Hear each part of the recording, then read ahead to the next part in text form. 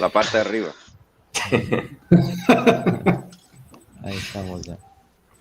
Okay, good morning, everyone. Welcome to this seminar. Our speaker today is Diego Dominici. Diego studied mathematics in Universidad de Buenos Aires in Argentina, and then had his PhD in applied mathematics in University of Illinois at Chicago. He is also a professor at New York State University of New York at New Platz, and currently is also working in Johannes Kepler University at Linz in Austria. Diego is very well known in the orthogonal polynomials community, and his talk is about recurrence relations for moment sequence of discrete semi-classical orthogonal polynomials. Thank you very much, Diego. You can start now. Okay, thank you very much, all of you, for attending this seminar, and special thanks to Luis for the invitation. I will give the talk in English, and also all the slides are in English, but anytime that anyone has a question in Spanish, please feel free also to switch if anything is not clear. If I should say it again in Spanish, just please let me know. And also any questions you have, please feel free to say something, because I will now switch to the full screen for the slides, and so I will not see you anymore. So if you raise a hand or put something in the chat, I will not see it, so just feel free to speak up. Okay, so let me go here and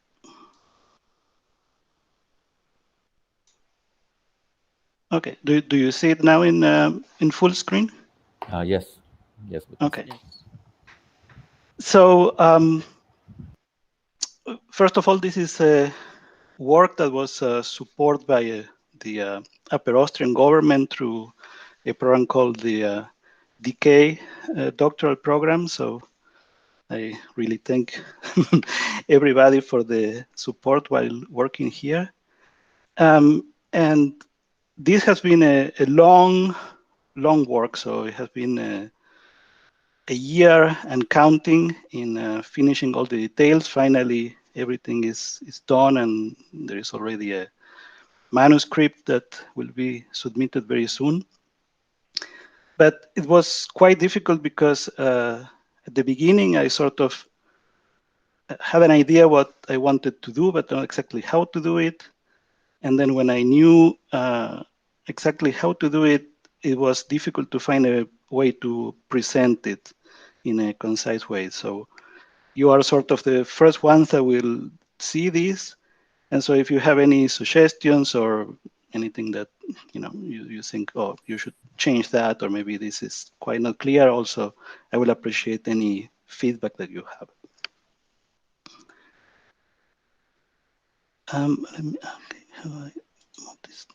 Okay. So let's start from the very basic stuff. So suppose that we have a commutative ring K, which is just a fancy way for saying that I will probably think about K as being the set of complex numbers or real numbers. Nothing really strange here, but one could go in strange ways if one would want. And just as a notation, I will always denote n sub 0 as the set of natural numbers plus 0. And this bold F will denote the ring of formal power series, always in the variable z. So it's just a short notation instead of writing the K double bracket Z.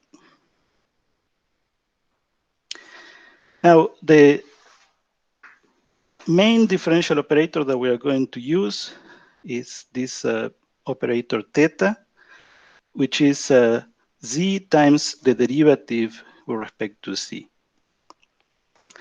Okay, so this is an operator that is defined on the ring of formal power series, and it goes back into the ring. And as an operator on polynomials, is a degree preserving operator. So it will send a polynomial of degree n into a polynomial of degree n. And as this shows, I'm going to always work in a very formal way, so I'm not going to worry about the issues of conversions. So any power series is just a formal power series. I'm not talking about analyticity or anything like that. So if you have a power of this operator theta acting on a power of c, say c to the x, what you will get is a power of x times c to the x. So c to the x is an eigenfunction for this operator theta. And here I'm always assuming that x and c are independent variables. So by linearity, you can extend that relation to any polynomial u. So u of theta on c to the x will give you u of x times c to the x. Then just a couple of details that this operator theta is multiplicative. So you can really work with it as you will work with the algebraic variable.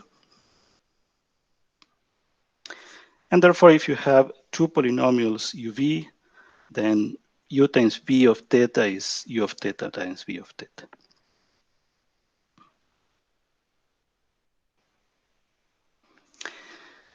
Now, the question is, what happens if you have a power of c multiplying one of the polynomials? So what happens when you act with u of theta on a product that contains a c power? And the answer, if you follow quickly this calculation, or if you do it on a piece of paper just to entertain yourselves, you will see that what happens is that the polynomial that was acting on the outside, u of theta, will be shifted by k, k being the power of c that was multiplying the polynomial v. And so if you introduce this shift operator, where the sub-index will always denote the variable that is being shifted, then you can write this in a condensed way. And so u of theta acting on c to the k times b of theta will shift again u by k.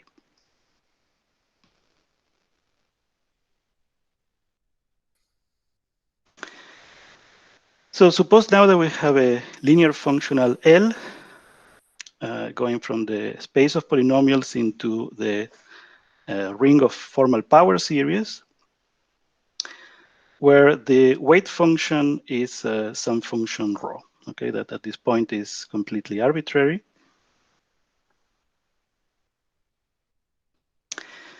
Then we can act with any formal power series f in the variable theta on any power of c by just formally bringing the operator inside the formal power series. And so we can extend the relations that we had before for formal power series instead of just polynomials. And therefore, if you have a formal power series in theta, you can act on the linear functional. And what you get is the linear functional of the product of the formal power series that was acting on the functional times the polynomial on which the linear functional was acting.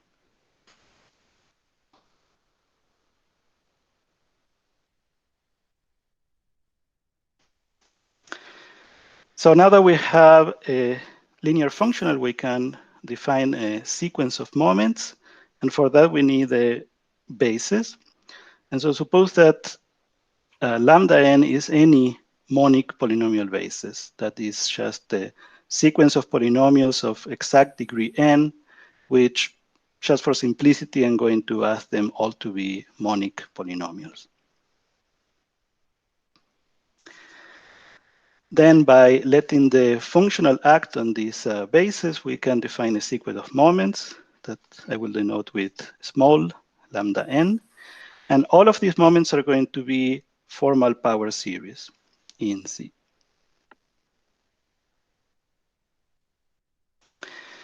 And so using these relations that we had before, we can see that if we let the linear functional act on a power series now in the variable x, then the power series will sort of move out of this relation as an operator in theta, acting on the first moment lambda 0.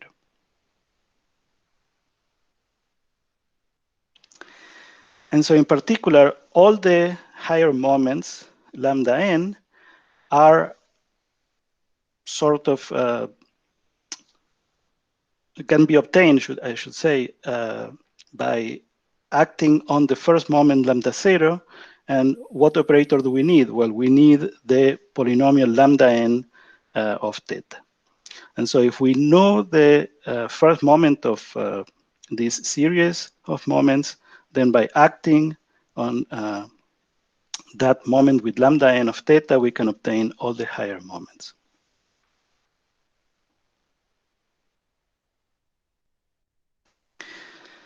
Now, this is sort of an aside point. I didn't put much more on this, but of course, one could go this way and sort of rephrase many of the results that I'm going to present in terms of exponential functions. Exponential generating functions. So suppose that we know the exponential generating function of the sequence of polynomials lambda n, and let's denote that by capital E. Then again, we can act with this formal power series as an operator now on the first moment lambda 0. And what we will obtain is an exponential generating function for the moments. So we can get that by letting the functional L act on the exponential generating function of the sequence of polynomials lambda n. And so with this, one could then obtain a generating function for the moments, and using properties of exponential generating functions, get many of the relations that I will show later on. In the particular case with the generating functions is just the power function, so if some function of t to the power x, then this expression before simplifies quite a bit, and the generating function of the moments will be just the first moment lambda 0 on z times f to the t. And once again, this is sort of in the paper, but I left it out of the slides so that I will not include a lot, but one could use this for a lot of calculations.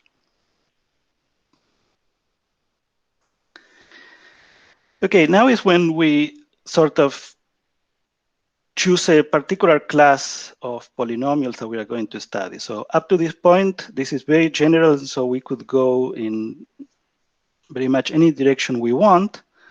But now I'm going to choose the class of polynomials that I'm going to consider by asking the first moment to satisfy a differential equation with polynomial coefficients.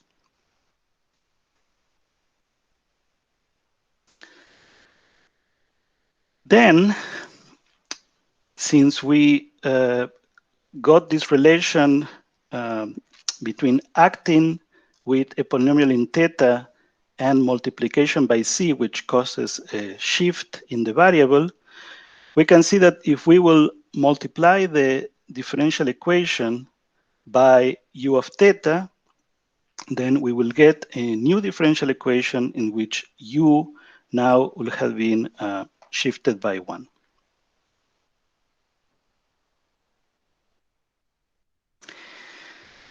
If we translate this in terms of the linear functional L, since we know that L acting on any power series F can bring the power series outside as acting on the first moment lambda 0, and that's the type of expression that we have here, we can see that having this differential equation with polynomial coefficients for the first moment translates into a relation for the linear functional L.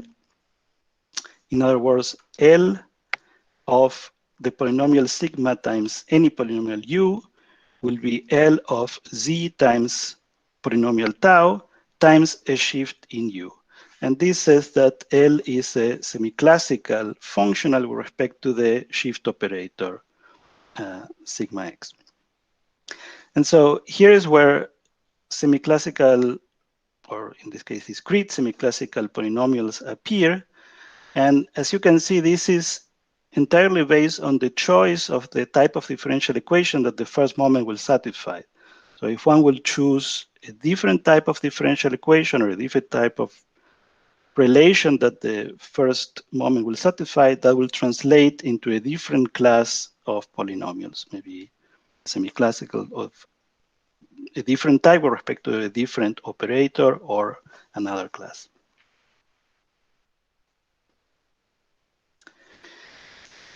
Now, to relate it with the usual way of studying semi-classical polynomials, what we can do is the following. First of all, let's fix sigma of 0 to be equal to 0 for reasons that will be clear soon. And then if we write this previous expression that we have here using the definition of the functional L, what we can see comparing powers in this previous expression is that the weight function will have to satisfy what is called the Pearson equation. So rho x plus 1 over rho of x will have to be related to the polynomials tau and sigma. And if we solve this, then we see that rho is just the product of these polynomials, or should I say, a ratio of these polynomials tau and sigma. At least solving this recurrence over the set of natural numbers. So one could extend this to the set of complex numbers by using gamma functions. And since up to now rho of 0 was arbitrary, I will just fix it to be equal to 1.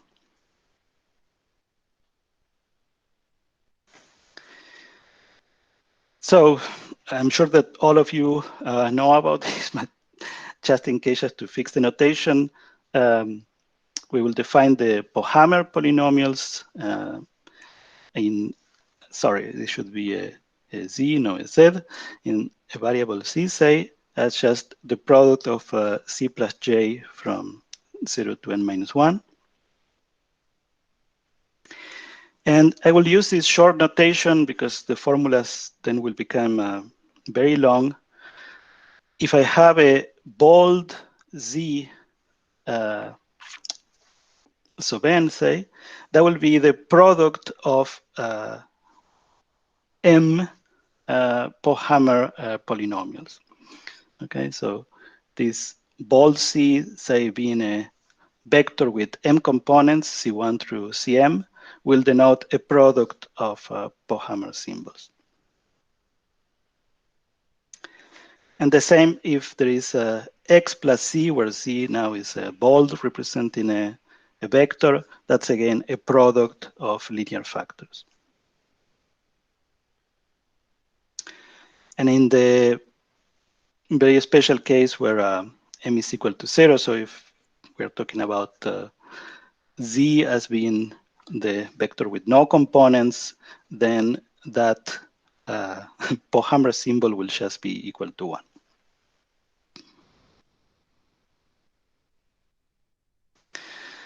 Okay, so using this notation, then we can represent sigma and tau in this concise form. So all the coefficients for sigma will be represented with some numbers b, and all the coefficients in tau with some numbers a. And remember that sigma of 0 is equal to 0, so that's why we have this extra factor x here. And with that, we can rewrite rho of x as a ratio of products of Pohammer polynomials. And the ODE that we had before for the first moment now becomes this generalized, if you want, hypergeometric differential equation, where the order is going to be the maximum between P and Q plus 1.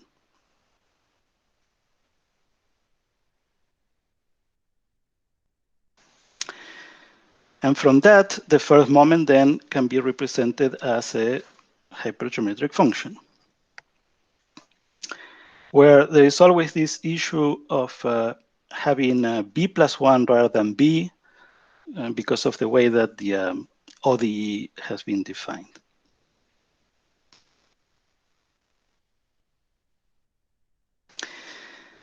And so with that, we can relate the class of this semi-classical functional. So if you want the class of the orthogonal polynomials associated with this functional with the order of the differential equation. And the relation is that the class S is the order minus 1.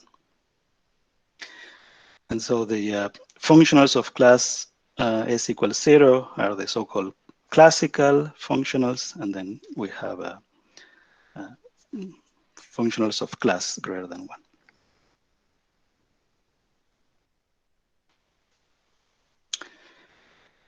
Okay, so going back to this idea of multiplication with z translating into shifts, and the differential equation that the first moment satisfied, we can see that if we multiply this differential equation by lambda n of theta, well, remember that lambda n is the polynomial basis that we are using, then lambda n will pass through C by getting a shift in theta. Now, this part we know already that this is the end moment, but what do we do with this shift now here? Okay, and so the problem that this shift represents, or how to deal with this, now decides which polynomial basis one will want to choose. So up to this point, lambda n was completely arbitrary, but we see from here that what we need is a convenient basis that will easily deal with shifts in the variable and shifts over the lattice of natural numbers.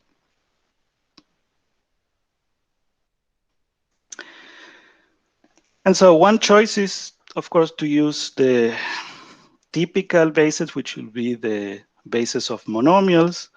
And the moments associated with that basis, we are going to call the standard moments, just to give them a name.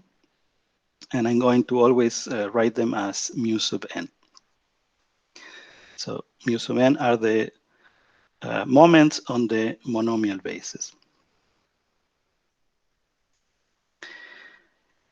And so in this case, this is very easy to compute. This is just theta plus 1 to the n.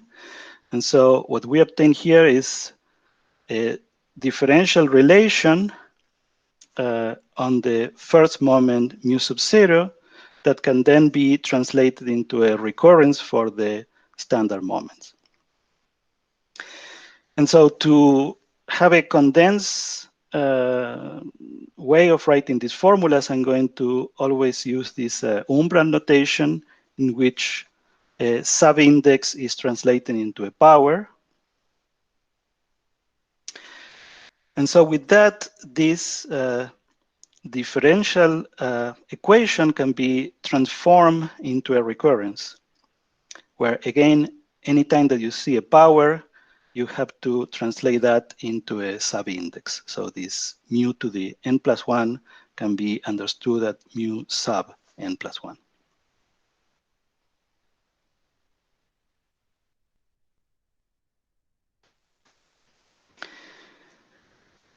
Now, this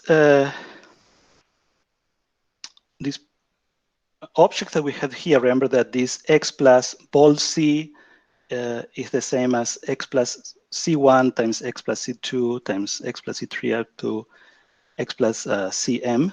So it's a product of m linear factors. If we want to look at the coefficients of those type of polynomials, then what we have to do is to introduce the so-called elementary symmetric polynomials, which can be defined through this generating function. And so with that, the coefficients of these expressions, x plus z bold, can be represented in terms of these elementary symmetric polynomials. And so if we use this formula in the recurrence that we had before, which was written in this very condensed form using this umbral notation, then we have now an explicit form, but you can see why this is an advantage, because if you want to really write this in extended form, then the formula becomes quite complicated. And remember that each one of these is a quite complicated polynomial in the variables a1, ap, and b1, bp.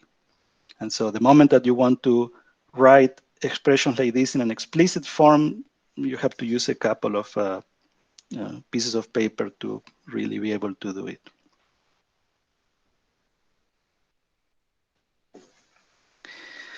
Now, from this expression, what we can see is that up to some point, the moments will start being just the linear combinations of the first ones.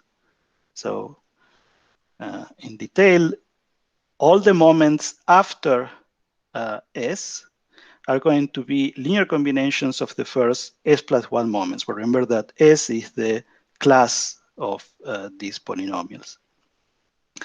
And so, for example, if you're working with classical polynomials, then all the moments are just multiples of the first one. If you're working with polynomials of class S equal 1, then the moments will be linear combinations of the first two moments, and so on and so forth. And so what we have is a representation of this form, where any polynomial in the family mu n is the linear combination of the first S plus 1, if you count 0, where the coefficients have to satisfy this condition, because, of course, from here, mu1 has to be equal to mu1 and mu2 equal to mu2, etc., up to S. And so you need these initial conditions in terms of delta functions.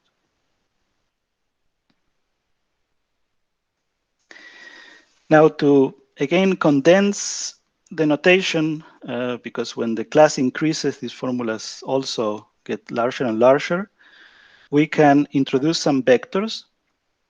And so the first S plus 1 moments, which define the whole family, we are going to condense into a vector, mu.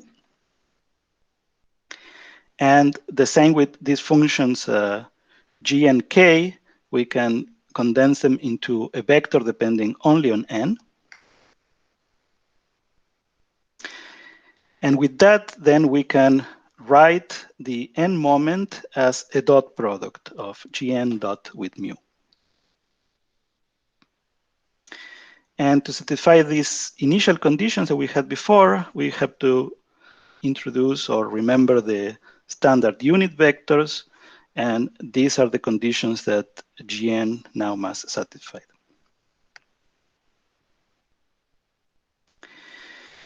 So what can we do with this? Well, what we can do is to start with this representation of mu n as a dot product, combine it with the action of theta, which is always shifting this family by 1.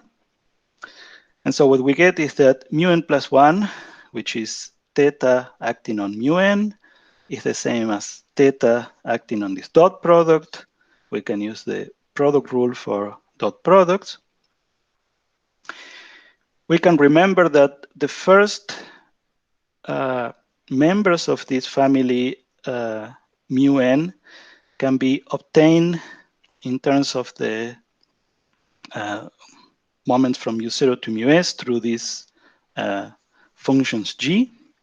And so we can put these functions, these vector functions, as rows in a matrix, which we will denote by M transpose. And so we can have this action of theta on the vector mu written as a matrix times the vector.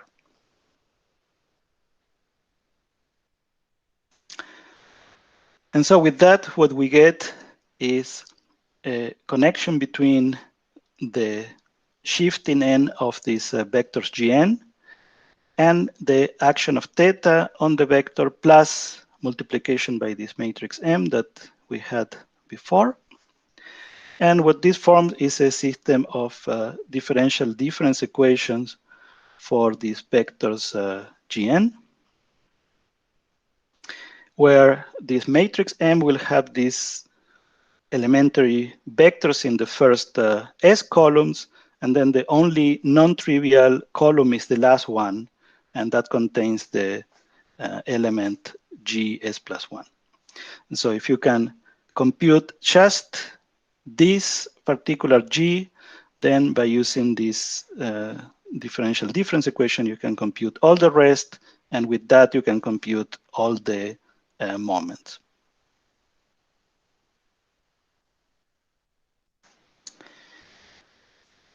Now, these functions G in general are not going to be polynomials in Z. They're going to be a slightly more complicated functions. And so there are three cases that we can consider and then do some reductions to bring those functions into polynomials. So from here, we see that if P is greater than Q plus 1, then what we're going to have is a recurrence of this form. So we're going to have C times mu n plus P as a combination of the rest of the moments up to order n plus P minus 1. And so in this case, we could redefine Gn as being C to the minus m times Qn, where these vector polynomials Qn will satisfy a differential difference equation, but again, now they will be polynomials. And so they will be much easier to handle than the other functions Gn that we had before. If P is equal Q plus 1, then we have now a different situation, only now we have to use powers of 1 minus C. And again, we obtain a new type of differential difference equation for these polynomial vectors Qn. And if P is less than Q plus 1, the functions Gn of C were already polynomials in C, so there is no need for any transformation.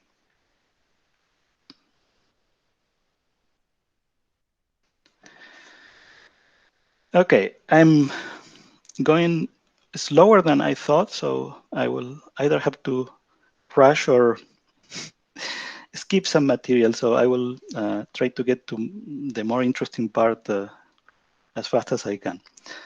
So everything up to here was related to the monomial basis, so these so-called standard moments. And if you remember, the issue was to choose a convenient polynomial basis that will respond well to shifts in the variable so that we could get recurrence relations based on the differential relation that we had for the first moment. And so another convenient basis that one could choose is the basis of these so-called falling factorial polynomials. So these are products of now x minus k. Remember that for the Pohammer case, we have x plus k. And so from the definition, we see how shifts in the variable are related to shifts in the index in this very simple way. And so that's why this basis is very convenient for these calculations that we are going to do. And if we recall the definition of the Pohammer polynomials, then we can see how the two are related.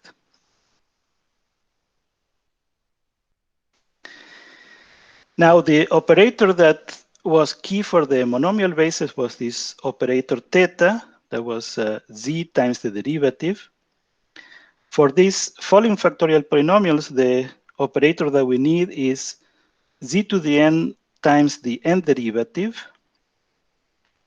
because that operator acting on z to the x will give you these following factorial polynomials in x times z to the x. And one has to be very careful not to treat these objects as algebraic variables. So in other words, this operator is not the same as raising theta to the n. So these are two completely different operators, and that's why we have two different polynomial bases. Since there is an explicit formula for the derivatives of hypergeometric functions, then by acting with these operators, we can get an explicit hypergeometric representation for these moments on the basis of following factorial polynomials. And this is what it's going to be. So in the previous case, for the standard moments, we could not write an explicit representation for the moments, but in this case, we can.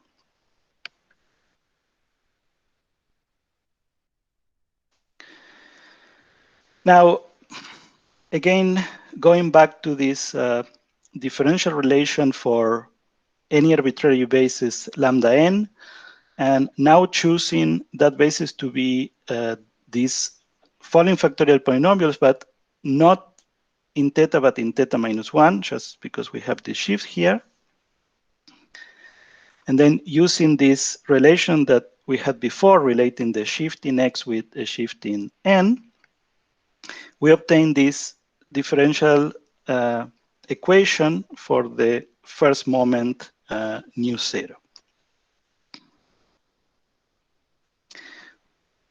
Now, the question is, how can I represent this type of products in the same basis of following factorial polynomials, so that I can get from here a recurrence relation for the modified moments? And so to do that, what you need to use is Newton's interpolation formula, which will express any polynomial in this basis of following factorial polynomials, where the coefficients are going to be finite differences of the polynomial that you want to represent. And so in particular, if you have something that will be a polynomial times a following factorial polynomial, then you will get an expression of this form. Here, there are a lot of details that are not being shown. And in particular, then, for expressions of this form, where you have this product of linear factors times a following factorial polynomial, you get an explicit representation in the following factorial polynomial basis, where the coefficients, again, are finite differences of these objects.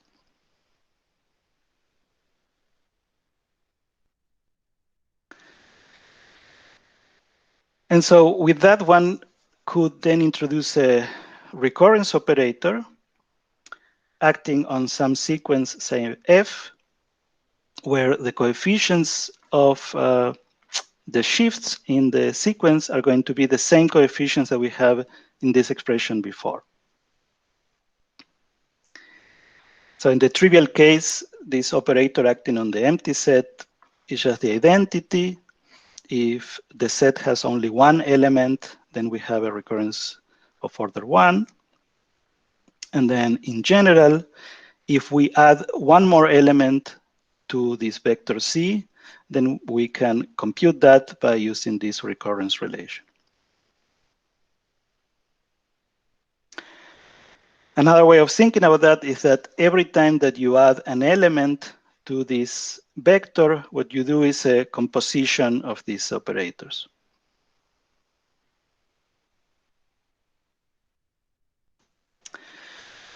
And so now we have all the elements that we need to translate this differential relation as a recurrence for the modified moments. And so we can rewrite this differential equation in terms of these recurrence operators that we had before. And this in extended form, if we use the explicit expression that we have, will give us an explicit recurrence relation for the modified moments. So note that this is a linear recurrence. It doesn't involve any of these binomial sums that we had before. So this is much, much simpler to compute and much faster to compute than the previous moments that we had before.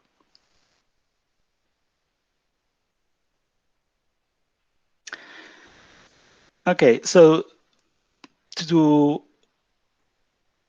and I'm really running out of time, but I would like to give you at least some examples. So this is a part where it was difficult to choose the right notation when you want to start now going to specific examples and try to give a label to all the families of polynomials that you could get. And so again, the basic parameters that you need to label the polynomials are P and Q, which are the orders of the polynomials in the differential equation for the first moment. And so suppose that we use this notation where we will always use P and Q to stress the location of the object that we are considering. So for example, if we want to talk about the wave function PQ, well, we know what that is with now A having P components and B having Q components. And the same we can use to label the linear functional and the different moments for the different families, etc. Okay, so P and Q always are related to the number of elements in the numerator parameters and the number of elements in the denominator parameters.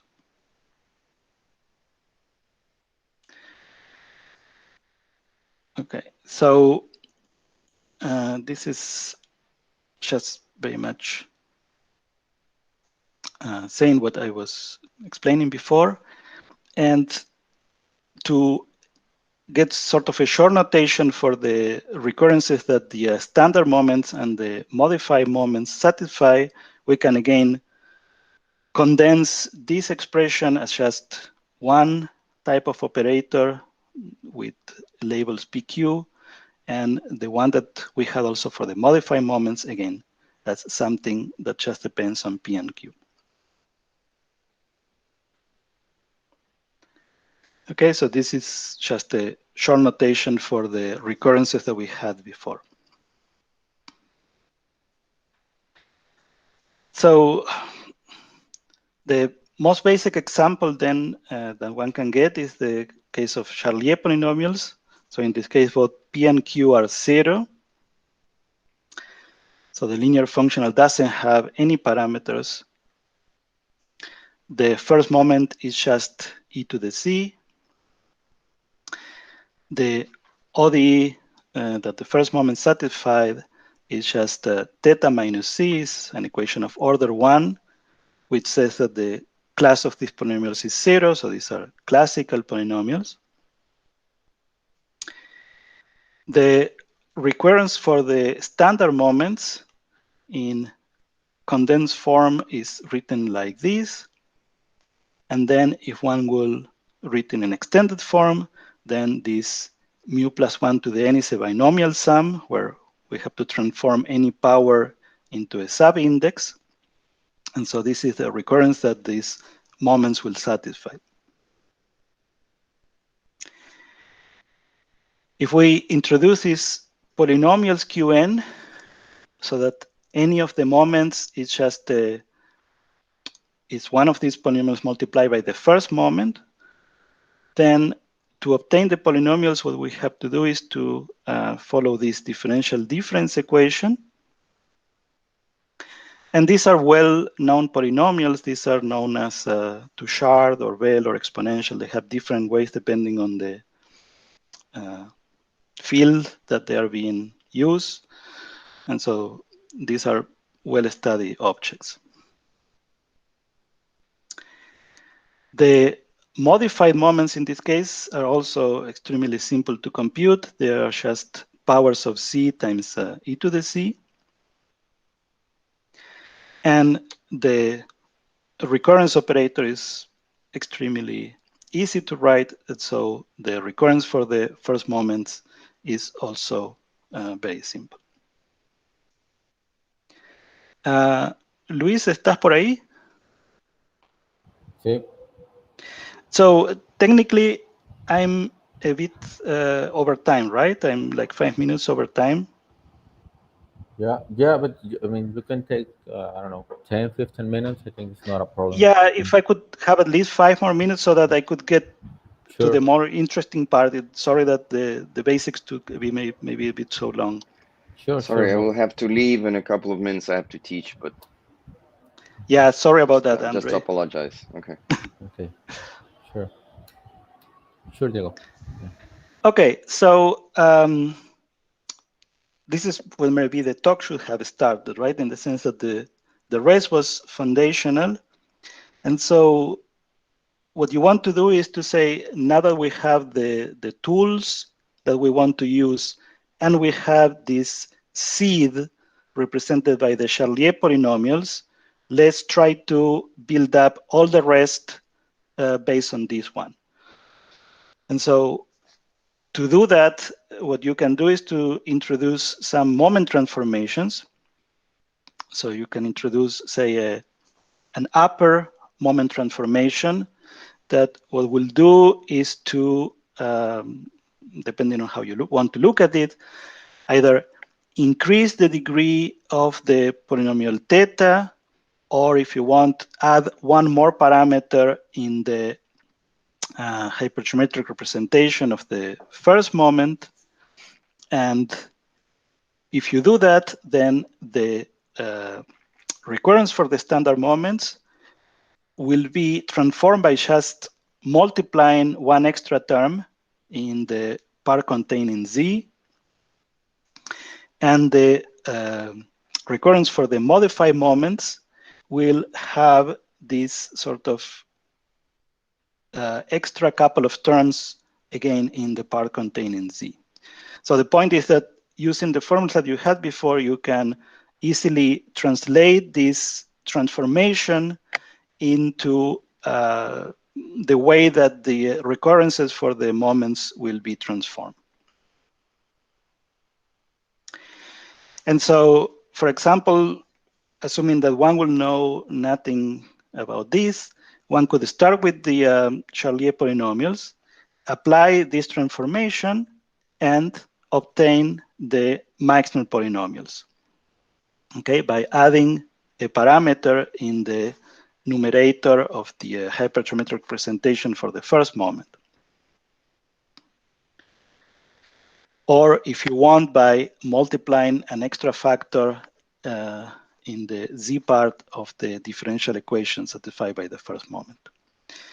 And so because of the way that we define the class, this has not increased the class. So these polynomials are still of class s equals 0, so they are still classical. The recurrence operator for the standard moments now has this form. And again, if one will open this up and go from powers to subindexes, then one could write this in an extended form to do some computations. The standard moments, again, are multiples of a family of polynomials Qn, where the polynomials Qn now satisfy this differential difference equation. The modified moments, since we know the hypergeometric representation, in this case can be easily computed. They have a very simple expression. The recurrence operator is again very simple, but the point is that one could obtain it just from the recurrence operator for the Charlier polynomials by applying this methodology. And with that, we get a recurrence for the modified moments, which in this case, again, is absolutely trivial. We know the modified moments explicitly. Okay, maybe I will just go extremely quickly over this. One can do the same, but now for a lower moment transformation by adding parameters in the denominator of the hypergeometric representation. And then using this type of transformation, one could go from the Charlier polynomials to a new family that is called generalized Charlier. So note that now we have an extra parameter in the denominator of the linear functional. The first moment in this case can be represented in terms of modified Bessel functions of the first kind.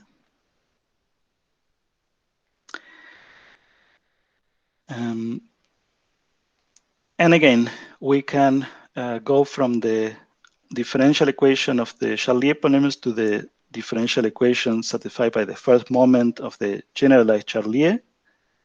And in this case, the class now has increased, and so these polynomials are of class s equal 1, because we have a second order differential equation now. And then again, we could obtain a recurrence for the standard moments, either in this compact form or in explicit form. In particular, we can get the second moment as a linear combination of the first two. And with this, we can field the matrix that we need in the differential difference equation satisfied by the vector polynomials that will allow us to compute any other moment in the family that we want.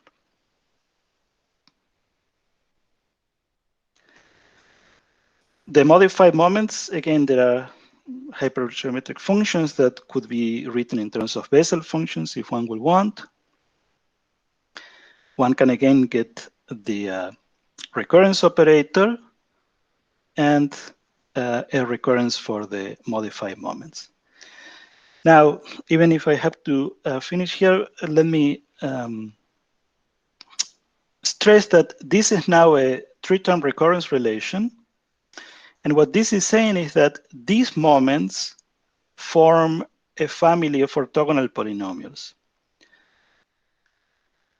Now, to see that a bit more explicitly, one could rewrite these moments in terms of a new family Hn of x with some factor here by transforming the variable z into the variable x through this relation. And with that, this three-term recurrence relation can be written in this form. And these are well-known orthogonal polynomials. These are called modified Lommel polynomials. So what this is saying is that the modified moments of the generalized Charlier polynomials are themselves orthogonal polynomials. And this is something that Murad Ismail and collaborators, for instance, have studied, in which they have classified many polynomials as moments of another family of orthogonal polynomials. Okay, I had much more that I wanted to tell you, but I don't want to abuse your patience. So let me just say in a very brutal, quick way that the same way that one had lower and upper transformations, one can combine them to have double transformations. And with that, then one can generate more and more families of these semi-classical polynomials. And then by specialization of these double transformations, one can get transformations that are well known in the field, namely the Christoffel transformation as a particular case of these double transformations.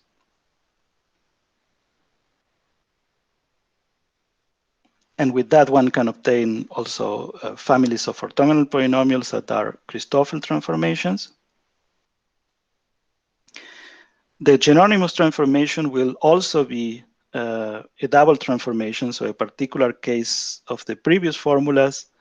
And again, one can have all the theory associated with this and define families of polynomials that are Genonymous transformations of other polynomials. So sorry to be going like this, but just to get there.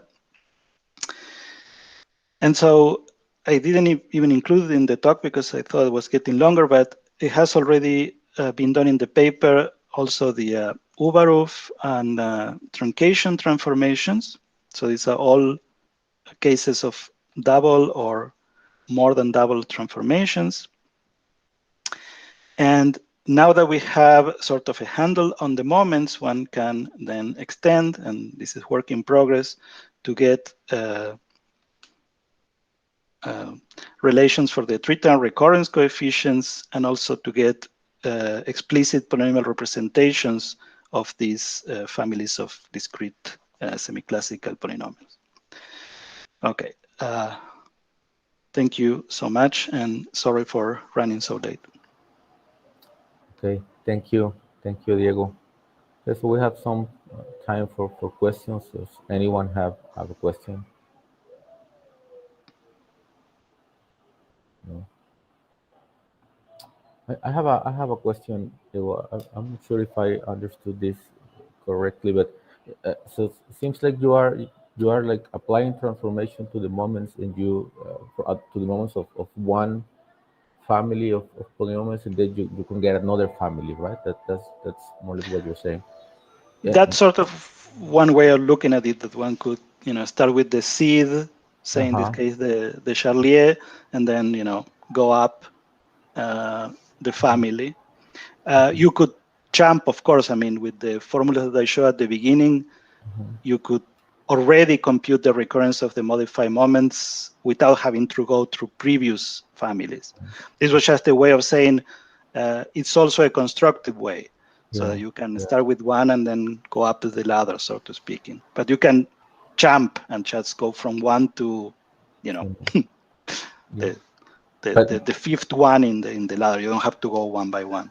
Okay, but then do you mean that if I choose, for instance, two different family of semi-classical orthogonal polynomials, that there should be a transformation on the moments of one of them to get the other ones? Or I mean, you don't know that yet, right?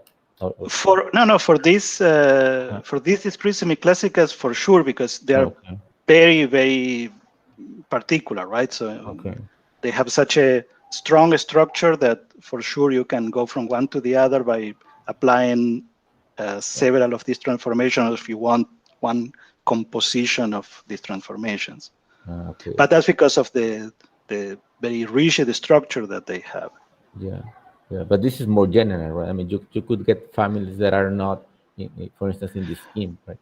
Right. So the point is, if you will go to the very beginning, the first slide that I show, there is a point where I sort of chose the type of polynomials that I will want to do by defining the differential equation that the first moment will satisfy.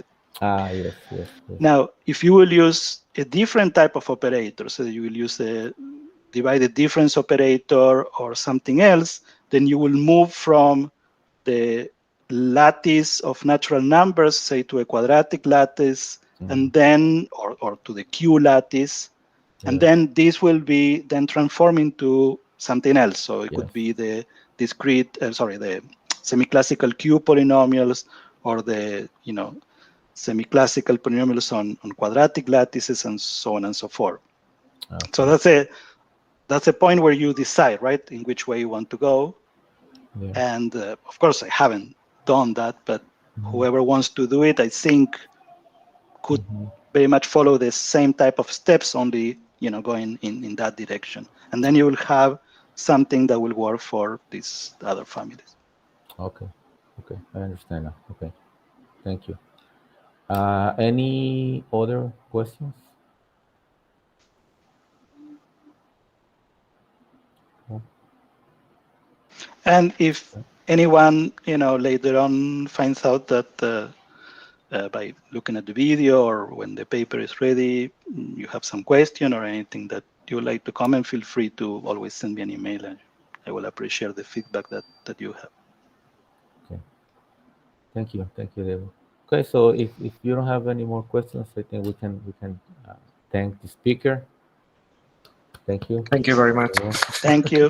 We don't have the claps here that in Zoom, right? In Zoom there are some claps, but in Meet we don't have that.